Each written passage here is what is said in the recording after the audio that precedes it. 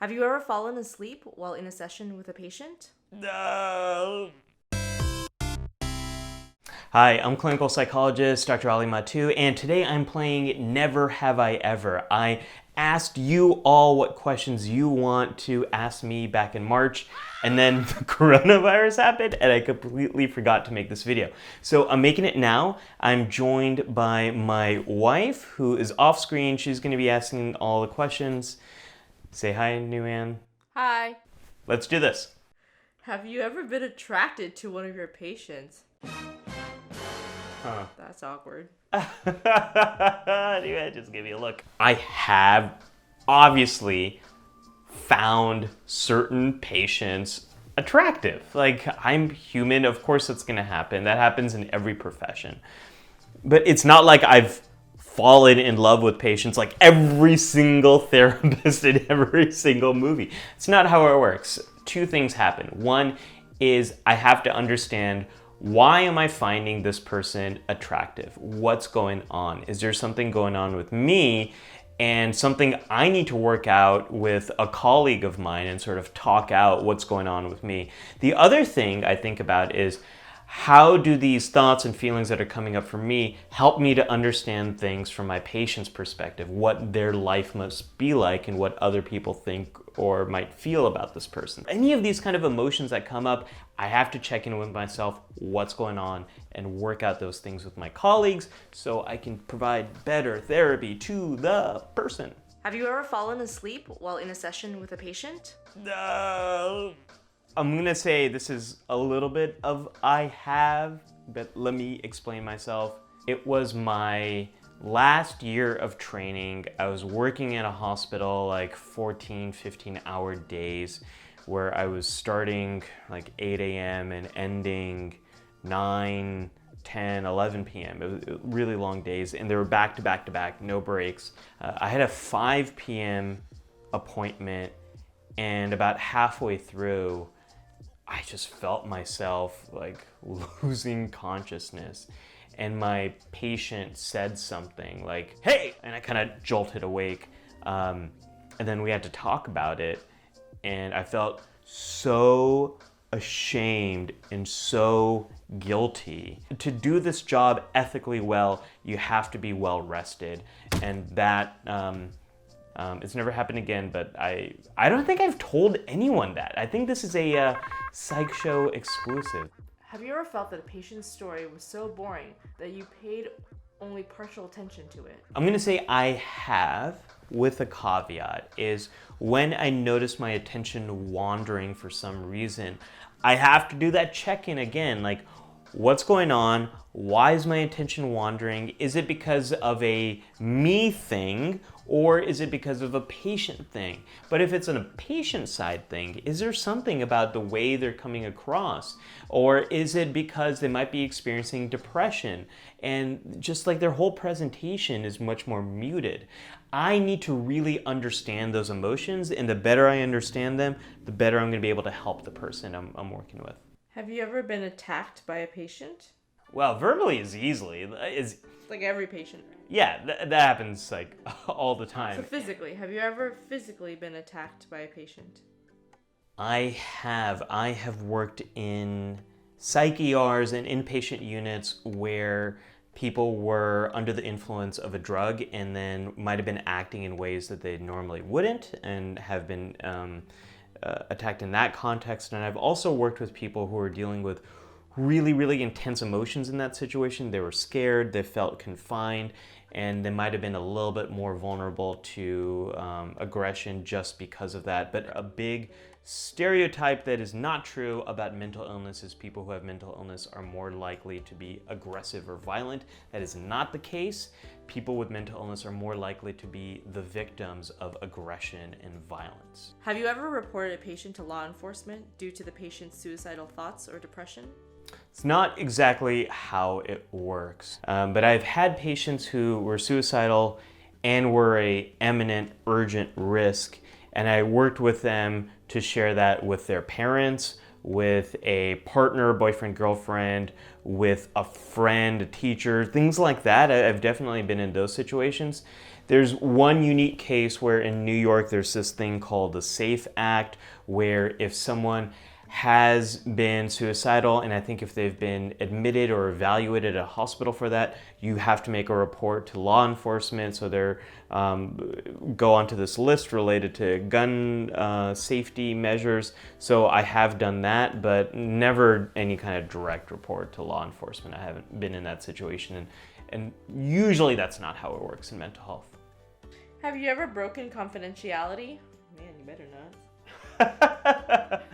We have certain situations in which we can break confidentiality, and it's usually if there's a safety issue or if there's an emergency issue. My first legal responsibility is to make sure that my office is a safe place and I am keeping the people I work with safe and other people in the community safe. So when I worked in the emergency room, I have broken confidentiality, because in an emergency situation, confidentiality works very differently. So in that situation, someone came, I met with them, I was doing an assessment, and then I immediately called other people to get certain data because it was an emergency, it was life and death. So in that situation, yes, I have. Have you ever hospitalized someone against their will? Psychologists in most areas do not have clinical privileges to hospitalize a patient. They don't have privileges to admit a patient. I don't like that law. I think that law should be changed because sometimes it's very hard to find a physician who will sign off on these things because they're very busy people. We have a shortage of psychiatrists, so I don't like that law. But again, when I worked in, so the answer to this is I have not, but I have been in a lot of situations when I've worked with a team of people and we have decided that someone should be hospitalized. Have you ever treated X type of client, like psychopaths, schizoids, pedophiles? So you're asking a lot about patients that you're most likely to find in the criminal justice system. I worked in a forensic setting in grad school, like my second year of grad school. And in that situation, I didn't treat people. I only assess them for neuropsychological stuff. So I'm gonna say I haven't. Is that the way to answer this question? Yeah, there's a lot of people in the in more forensic type of cases that I haven't dealt with. But like, there's so many disorders in the Diagnostic Statistical Manual of Mental Illnesses that yes, of course, there's a ton of stuff I haven't treated. It's kind of like a physician, right? Like physicians have different specialties, just like psychologists do. And when you're a trainee, you're exposed to a lot of different disorders, just like physicians when they're in training are exposed to different environments and disorders as well. And then they select a specialty, and then that's what you focus on.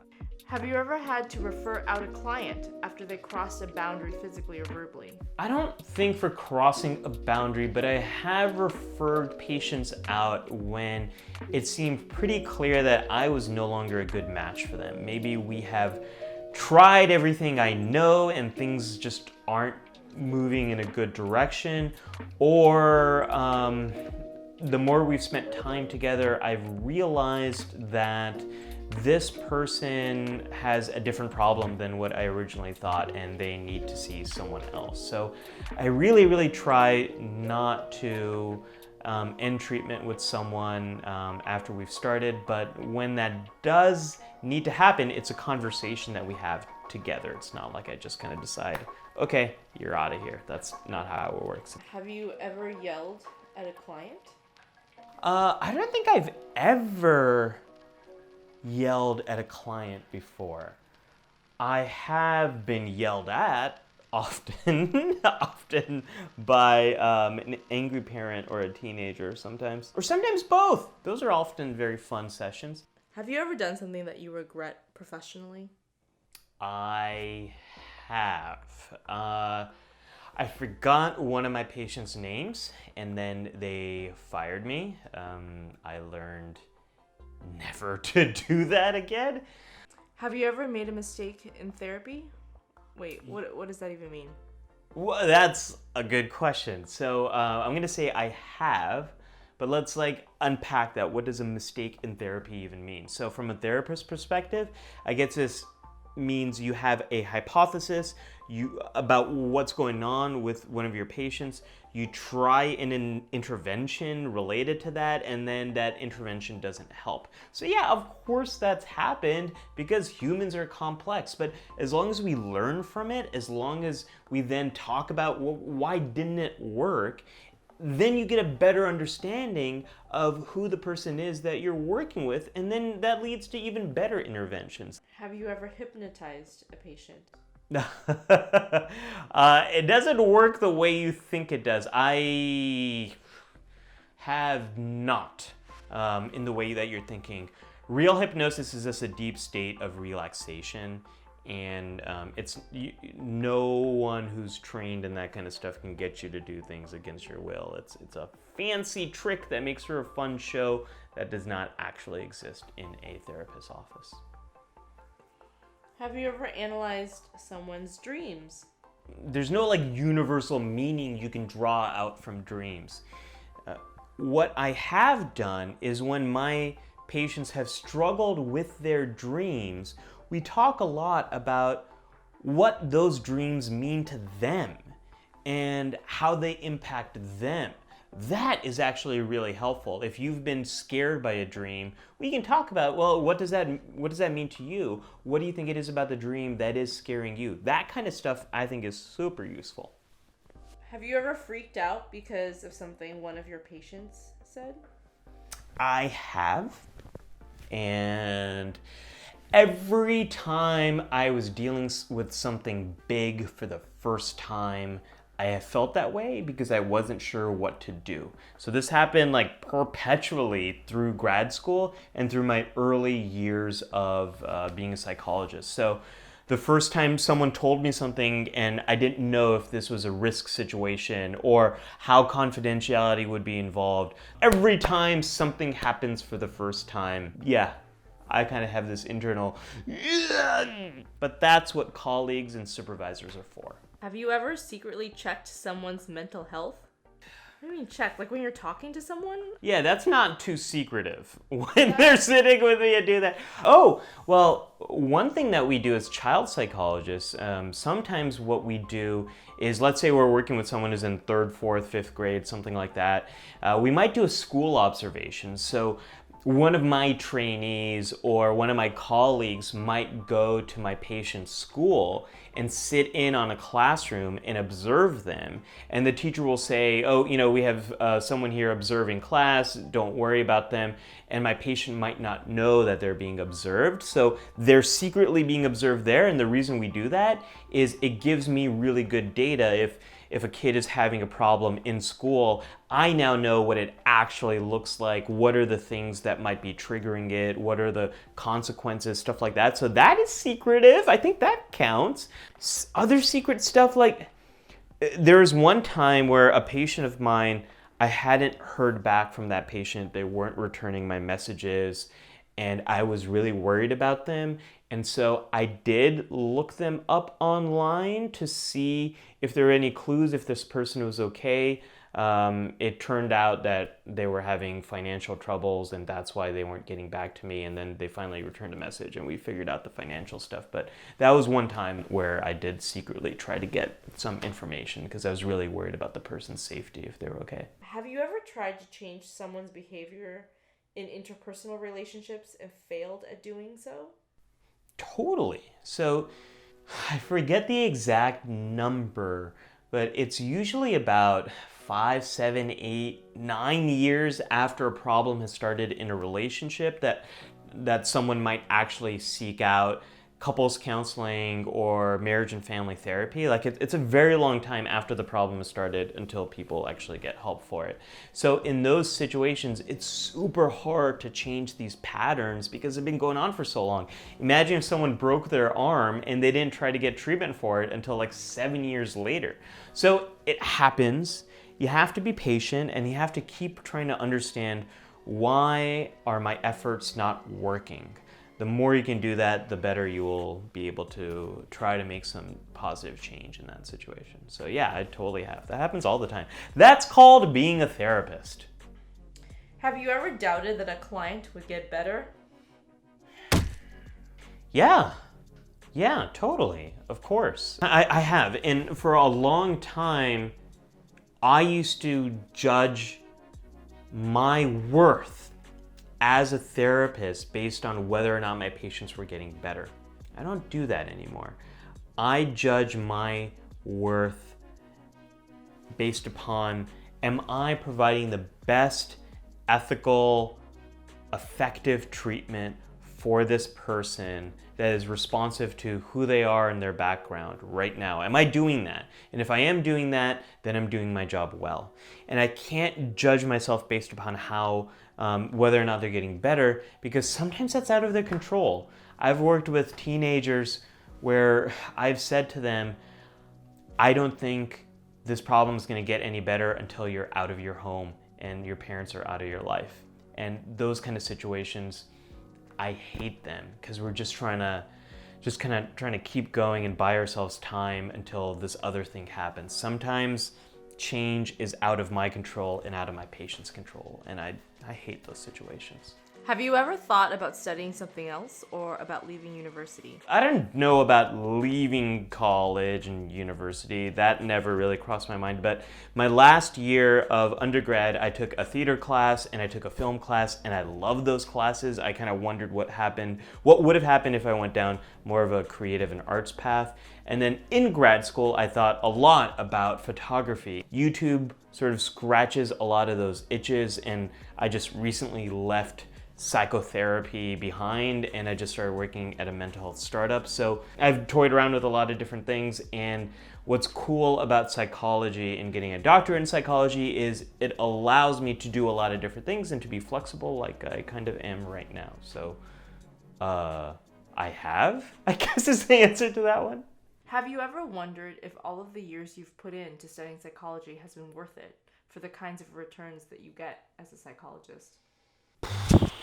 Way to just look into my soul there. For me, psychology has been worth it because I love it so much. I think about it day and night. Everywhere I see psychology. So for me, there's no other path here. But that's not true for everyone. And I encourage you to watch my videos on becoming a psychologist and career path. I'll put a playlist right up there. So yeah, I don't know. It's mixed. It's hard. I struggle with that question. So if I didn't say it already, I have. I think a lot of people struggle with it no matter what profession they get into. Yeah. Have you ever drastically changed your views on something after studying psychology or as a result of studying psychology? Yeah, I would say this is a great question. In order to do my job, I have to really understand how someone came to the place in their life that they're at right now. And in doing so, in learning how to do that, I have challenged my notions on a number of issues. When I worked with people who have done things that I might have judged, like breaking the law, stuff like that, once you understand someone's background and all the factors that led to who they are, it's hard to judge those things. Becoming a psychologist has really softened a lot of my views on why people do what they do. Have you ever struggled going into therapy yourself? When I was in college, there was a lot of stuff happening in my life with my relationship and then also with my family, and I wanted to go get help. I was at UCLA at the time, but I felt that stigma. I felt like, I shouldn't, what are people gonna think of me? I'm a psychology major, I'm going to psychology PhD school next year. What will people think of me that I need help? And then I started studying psychology in grad school, studying clinical psychology, and I realized that that's called stigma. And then I did start going to therapy at that time, and it super helped. But yeah, I struggled with that myself. Have you ever not known the answer to a Star Trek question? That's not the question I expected. Yes, the original series is not an area that I know that well. I actually got kicked out of the first round of a Star Trek trivia competition at a Star Trek convention. So yeah, it was an original series question that booted me out. Thank you all for your questions, and thank you, Nguyen, for asking those questions. Yeah, sure, happy to do it. If you want to see me ask your questions to Nguyen about what it's like to be married to a psychologist, check out this video right over here. It's a lot of fun. You'll have a lot of fun watching it, and you'll learn a lot more about what it's like to be a psychologist. If you want just like a good laugh, check out this reaction playlist, me reacting to memes and movies and stuff like that. It's a lot of fun. And if you want more fun videos about psychology and mental health, subscribe to The Psych Show.